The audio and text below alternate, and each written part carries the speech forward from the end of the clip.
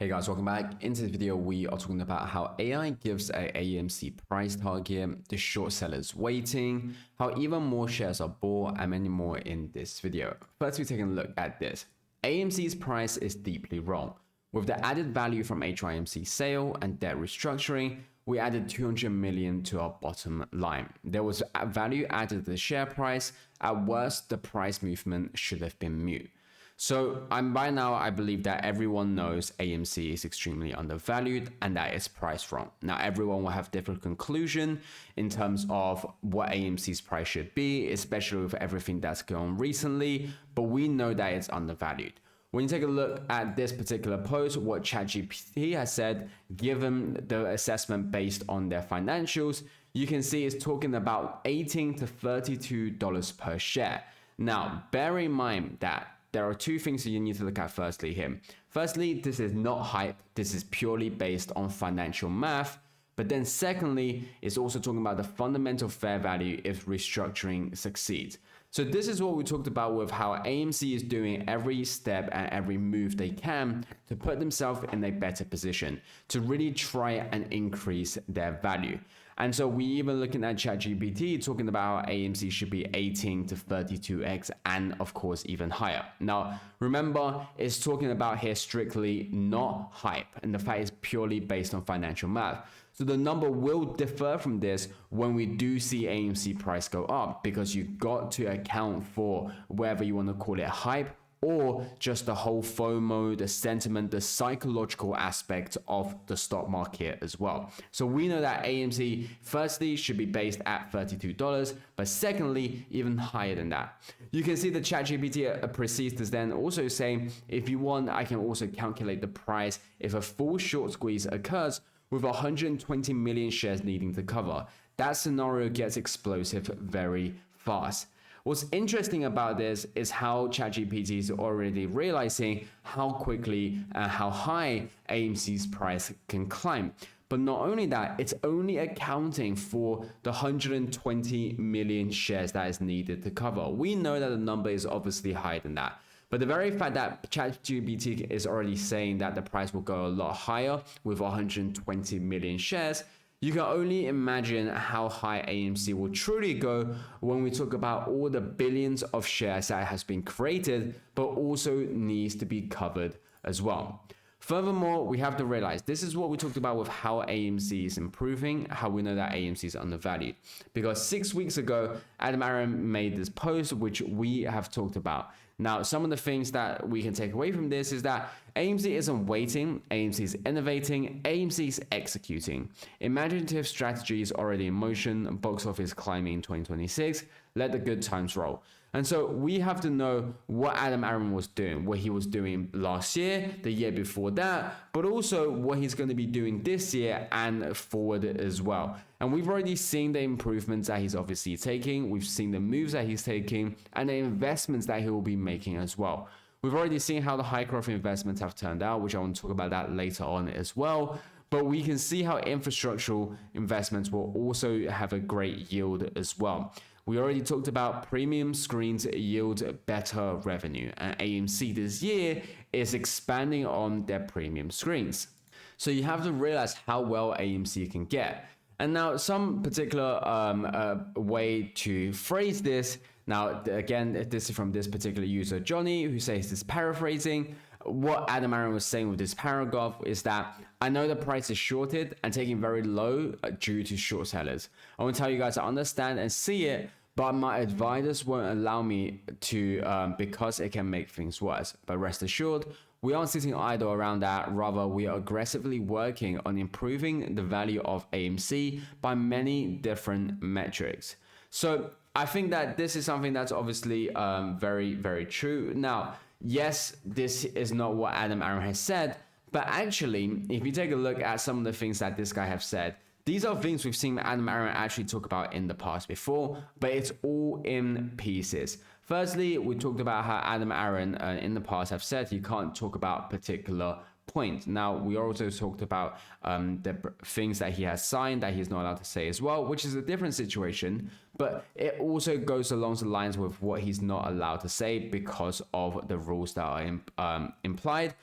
Then we talk about how he said into aggressively working on improving the value of AMC. Now, we've seen in the past before different tactics being used. Bear in mind, when apes was first introduced, the share apes, it was used to obviously identify how many synthetic shares there were. And the moment it was uploaded, we saw how many FTDs there were. We knew the exact problems that came with this. And so that's how we know that all of these synthetic shares do exist. So there are so many different ways AMC can do to improve their metrics, and Adam Aron and AMC as a whole is obviously taking these steps. And we have to realize that we are refinancing debt, pushing maturities, and reducing interest rates. We're secured capability to raise cash if needed, reduce the dependency on high box office numbers, though new revenue streams and cost optimizations. Great 2026 movie slate, we are winning. Now, this is going back to this message we talked about. We don't actually need the box office to recover all the way back to 2019 pre-COVID levels. Now, we've said this countless times before, and this is something that is one of the biggest reasons for why I believe AMC will continuously doing well. Is the fact that they've said every single year, even with the same box office numbers, they are able to actually not only increase their revenue, but also increase their profit.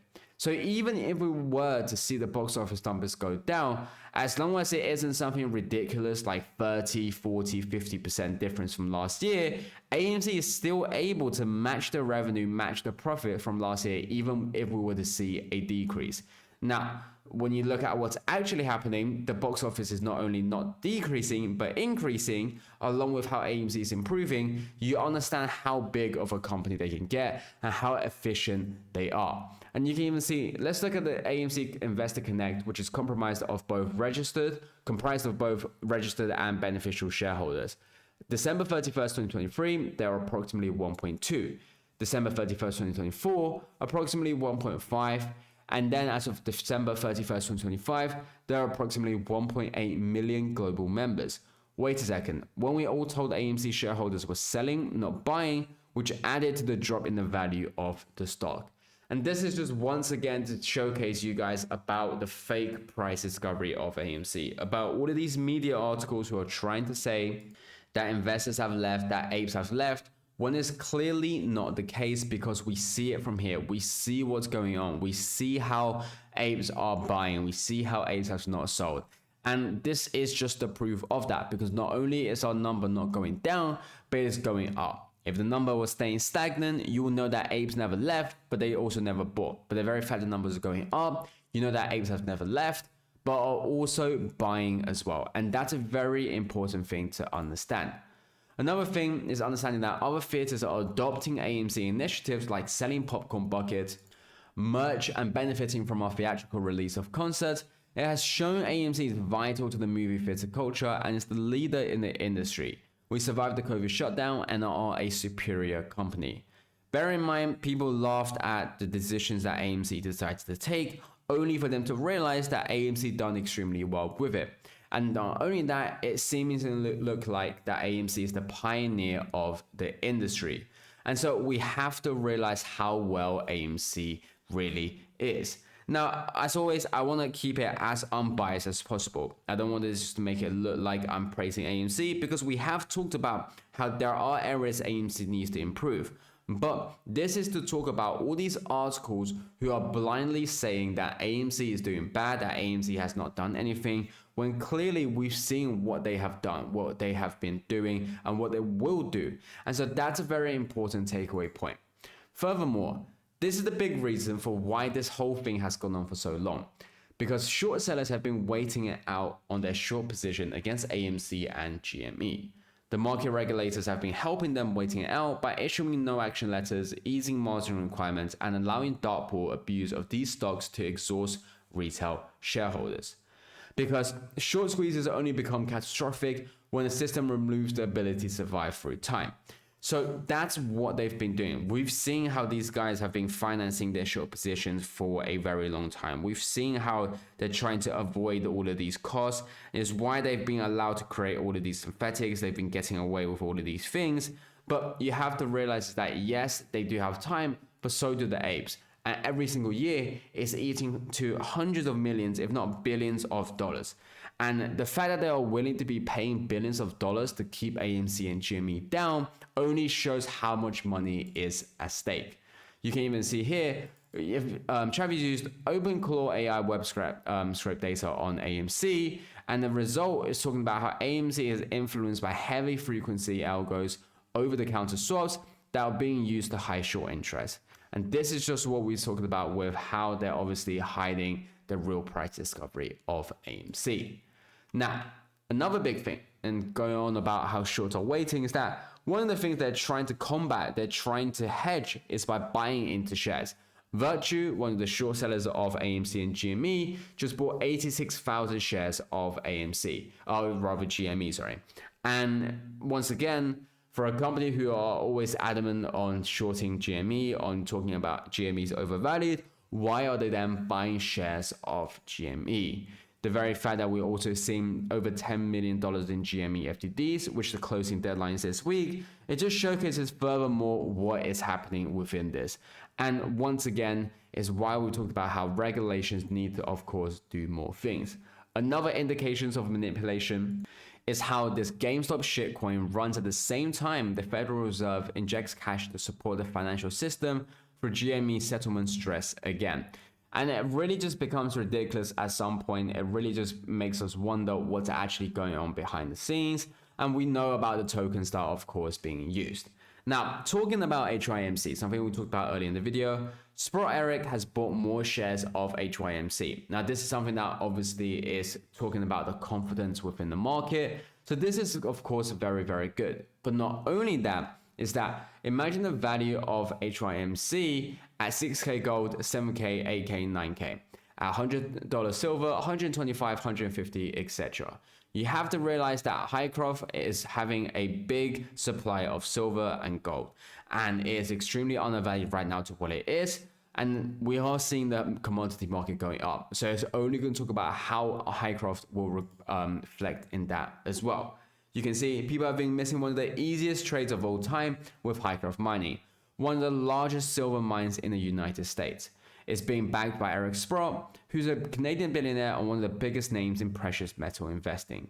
So last October, he predicted that HYMC will do 200x or more based on $200 silver prices. HYMC was $7 at the time. And so he's obviously talking about how Hycroft should be worth, $140 for silver to be at 200. Now, we're looking at a similar price right now, or at least our $100 for silver as we see it hit 90. But yet HYMC is not near $70. And so we understand how undervalued it is. And this is just talking about how this could obviously go a lot higher as well. Another big thing is talking about how silver prices is right now 3% away from where margin calls will likely presume. It's just talking about these pressured short sellers who are, of course, facing these problems. And it's why we're going to be looking at a massive surge in silver prices as well. Another worrying problem is the banks right now. Firstly, FDIC banks reported a net income of $77.7 billion for Q4 2025.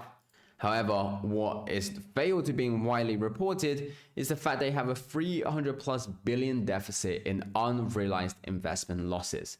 And again, this is something that I think that needs to be talked about, because this doesn't even include unreported positions, which we can only assume that are even bigger in the red. And so if you want to talk about how worried the market is right now, how shaky it is, this is what we are looking at. And you can see from another angle about how recession has started. Google searches for can't sell house explodes to record high, because certainly lowering the price is not an option, right? So just another worrying factor. Now, this is what we talked about with how there are so many things going on right now in the market that's bringing fear, and the safe havens are only a few, wherever it's AMC, GME, silver, HYMC, XRP, or any others. These are the safe havens that people are looking at. As always, none of this is financial advice, so do take us a grain of salt. Make sure to do your own due diligence research, and I'll catch you guys next time.